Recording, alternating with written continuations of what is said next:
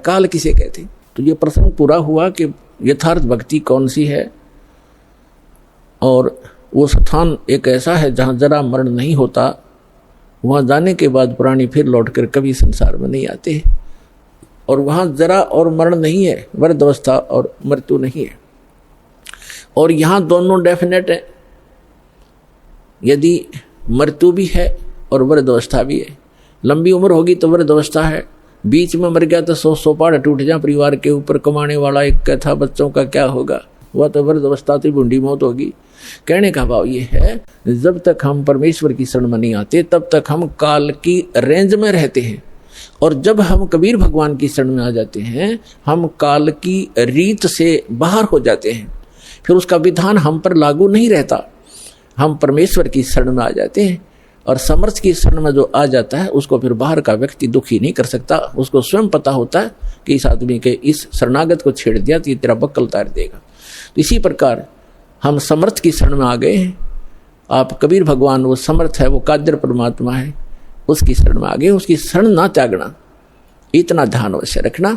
छोटा मोटा कष्ट भी होता है नाम लेने के बाद, तो ऐसे समझना जैसे एक बिल्ली बच्चे उत्पन्न करती है और 2-4 दिन के बाद उन बच्चों को दूसरे घर में ले जाती है, क्योंकि वहाँ वो ये देखती है कि कहीं तेरे बच्चों को यहाँ खतरा ना हो जा। और इस बात से उसके बच्चे भी परिचित होते हैं कि हम अपनी माँ के संरक्षण में हैं, और वो उनको अपने मुख से पकड़ती है। उसके तीखे दांत होते हैं बिल्ली के, तीखे, और उनको पकड़ती है, और बच्चों को पीड़ा भी होती है। वो ऐसे सुकड़ जाते हैं, ऐसे लटक जाते हैं, और महसूस होता है कि इनको दांतों का दर्द भी है, लेकिन बोलते कतई नहीं, चुपचाप रहते हैं, उस पीड़ा को सहन करते रहते हैं, क्योंकि उनको पता है कि हम अपनी माँ के साथ हैं। ये थोड़ा बहुत कष्ट भी है तो हमारा जीवन रक्षक है, रक्षा हो रही है, तो उसको उठाकर वो दूसरे सुरक्षित स्थान पर अन्य मकान में ले जाती है, सबको बारी बारी वहाँ पहुँचा देती है। कुछ दिनों के बाद वहाँ देखती है कि यहाँ भी समस्या है, तो तीसरे मकान में कहीं और ले जाएगी, और वो बिल्कुल नहीं बोलते क्योंकि उनको पीड़ा भी हो रही है, लेकिन उनको विश्वास है कि माँ की मुख में हम भले ही पीड़ा हो रही है लेकिन हमारी जीवन रक्षा हो रही है। इसी प्रकार कबीर भगवान की शरण में आने के उपरांत आपको छोटा मोटा कष्ट भी है तो ना जाने आपका कौन सा पहाड़ जैसा दुख टल रहा है, ये विश्वास रखना, विचलित ना होना। यह प्रसंग चल रहा है कि धर्मदास जी ने कहा था कि भगवान यहाँ कितनी सुविधा दे रखी है भगवान ने, और इसको आप काल कह रहे हो। परमात्मा ने कहा, धर्मदास जैसे कसाई बकरे पालता है, उन बकरे और बकरियों के लिए वो कितनी सुविधा करता है, जिसकी अच्छी सेल होती है, एक बहुत बड़ा चरागाह बनाता है, उसको हायर करता है या मोल लेता है, और उसके अंदर शेड डालता है, झोंपड़ी डालता है बकरों को गर्मी और सर्दी से बचाने के लिए। उसमें जगह जगह तालाब बनाता है, छोटी छोटी तलैया सी, उनको पानी से भर कर रखता है, उनके लिए घास फूस वहाँ व्यवस्था कराता है। उस सारी व्यवस्था को देखकर वो भोले प्राणी ये समझ बैठते हैं कि हमारा मालिक, हमारा स्वामी कितना दयालु है, हमारी कितनी केयर टेक रखता है, सारी सुविधाएं प्रदान करता है, हिंसक पशुओं से बचाता है, चारों तरफ से बाड़ लगा देता है, और अंदर वृक्ष हैं, झाड़ बोझड़े हैं, फल घास फूस है, गर्मी से बचने के लिए शेड है, सर्दी से बचने के लिए व्यवस्था शेड है। तो वो इस सारी व्यवस्था को देखकर वो मान बैठते हैं कि जो हमारा ये स्वामी है बड़ा दयालु है, ये परमात्मा है। और जब वो कभी उनके बीच में आता है तो वो सारे उसको प्यार देने के लिए उसके चारों तरफ कोई ऊपर को पैर फैलाता है अपने सीने से लगाने के लिए, और वो उसको चाटते हैं, प्यार से जीभ से चाटना चाहते हैं, उनको एक विशेष रिगार्ड देने के लिए। वो तो चाट रहे हैं जीभ से, और वो कसाई देख रहा है से हाथ लगा के, और वो खुश होते हैं कि हमारा मालिक हमसे प्यार कर रहा है। वो देख रहा है कि ये कितना मांस हो गया, कितने का बिकेगा, और वो सोच रहे हैं मुझे हमें प्यार कर रहा है।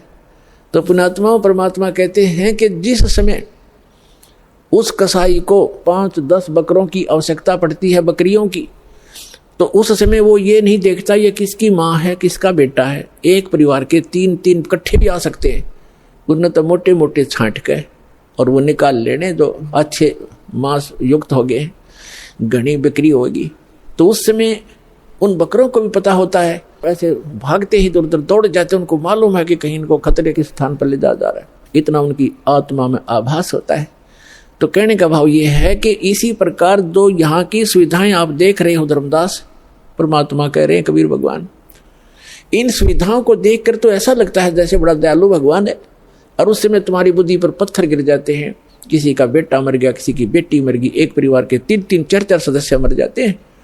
यहाँ एक बता रहे थे, कोई सरसा से सत्संग सुनकर जा था, जिसके उस गाड़ी के अंदर 16 सदस्य थे एक का परिवार के, बूढ़ा बूढ़ा घर रह गया था, 16 के 16 एक्सीडेंट में मर गए। बताओ पुण्यात्मा, और उनकी कार और कोठियाँ और बड़े बड़े सारी व्यवस्थाएं थी, तो कुल नाश हो गया उसका। तो कहने का भाव ये है कि उस समय बुद्धि कहाँ जाती है आपकी, ये सुविधाएं किसने दे रखी थी, ये फिर क्यों छीन लिया 1 मिनट में। तो इसको काल कहते हैं, और जो केवल सुख सुख दे उसको दयाल कहते हैं, उसको परमात्मा कहते हैं। आप इसको परमात्मा मान बैठे हो, लेकिन ये परमात्मा नहीं है। यहाँ तो दुख के अतिरिक्त आपको कुछ मिलता ही नहीं। चाहे कितना ही आपको सुखी व्यक्ति नजर आता है झूठे सुख से युक्त, चाहे कोई मंत्री है, प्रधानमंत्री है, या कितना ही बड़ा सेठ है, और कैसी आपने उसकी सुविधा नजर आती है। गरीब आदमी तो सोचा है ये कार कोठी वाले घने सुखी होंगे, या फिर ये अफसर हैं, कर्मचारी अधिकारी हैं, ये बड़े सुखी होंगे।